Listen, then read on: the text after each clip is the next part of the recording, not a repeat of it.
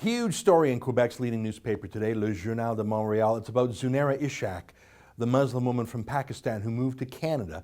And before she even became a citizen, she sued Canada, demanding the right to wear a full face-obscuring mask called a Niqab when taking her Canadian citizenship oath. Imagine that, moving to a country and suing it, forcing it to change its culture and its customs and laws before even becoming a Canadian. Seriously, why did she even come here?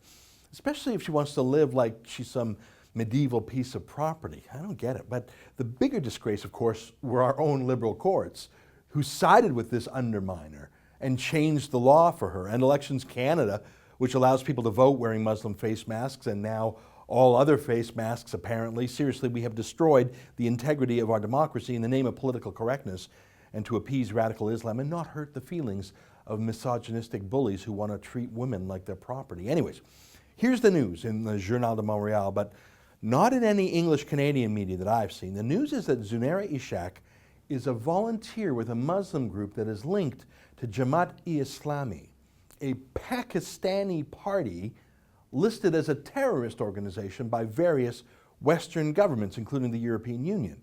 According to Le Journal's investigation, Ishaq is an organizer with the Islamic Circle of North America, considered by experts to be a subsidiary of the terrorist group. And the Journal published a copy of a memo showing that Zunera Ishaq herself actually hosted a meeting of the ICNA at her own house in Mississauga. The Journal also reported that Ishaq listed herself as a member of the Pakistani party on Facebook.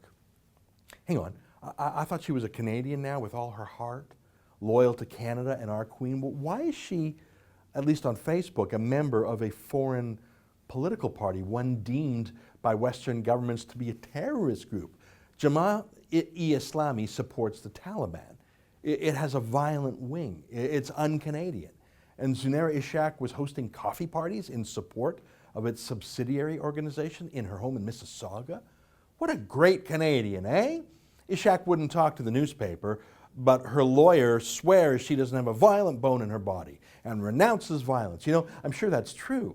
I mean, why would she use violence to promote Sharia law when she can use our courts to do the same? And why would she talk to the one newspaper in Canada doing an investigation into her foreign ties when the rest of the media are only too happy to act as her propaganda agents, her stenographers, her cheerleaders?